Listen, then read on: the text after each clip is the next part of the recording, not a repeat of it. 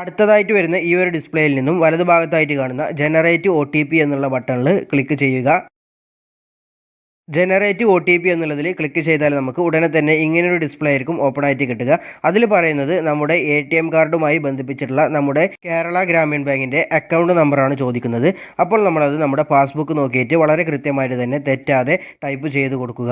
ശേഷം കറക്റ്റ് എന്നുള്ളതിൽ പ്രസ് ചെയ്യുക. ഉടനെ തന്നെ നമ്മുടെ ട്രാൻസാക്ഷൻ പ്രോസസ്സിംഗ് ആയിട്ട് കാണിക്കുന്നത് നമുക്ക് ഡിസ്പ്ലേയിൽ കാണാനായിട്ട് സാധിക്കും. അതിൻ്റെ ശേഷം നമ്മുടെ മൊബൈലിലേക്ക് നമ്മുടെ ബാങ്ക് അക്കൗണ്ടിൽ രജിസ്റ്റർ ചെയ്തിട്ടുള്ള നമ്മുടെ മൊബൈൽ നമ്പറിലേക്ക് ഒരു OTP SMS ആയിട്ട് വരും.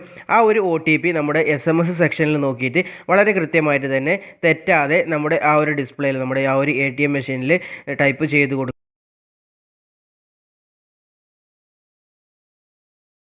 പിൻ നമ്പർ ടൈപ്പ് ചെയ്ത് കൊടുക്കാനായിട്ടാണ്. അത് നമ്മൾ കീബോർഡ് ഉപയോഗിച്ചുകൊണ്ട് കൃത്യമായിട്ട് തന്നെ ടൈപ്പ് ചെയ്ത് കൊടുക്കുക. ഒരു തവണ ടൈപ്പ് ചെയ്ത ഉടനെ തന്നെ നമുക്ക് ആ ഒരു പിൻ നമ്പർ വീണ്ടും ടൈപ്പ് ചെയ്യാനായിട്ടുള്ള ഓപ്ഷൻ വരും. അങ്ങനെ 2 തവണ നമ്മൾ നമ്മുടെ പുതിയ പിൻ നമ്പർ ടൈപ്പ് ചെയ്ത് കൊടുക്കുന്നതോടുകൂടി നമ്മുടെ പുതിയ ATM പിൻ നമ്പർ നമ്മുടെ ATM കാർഡുമായിട്ട് ലിങ്ക് ആയി കഴിഞ്ഞിട്ടുണ്ടാകും.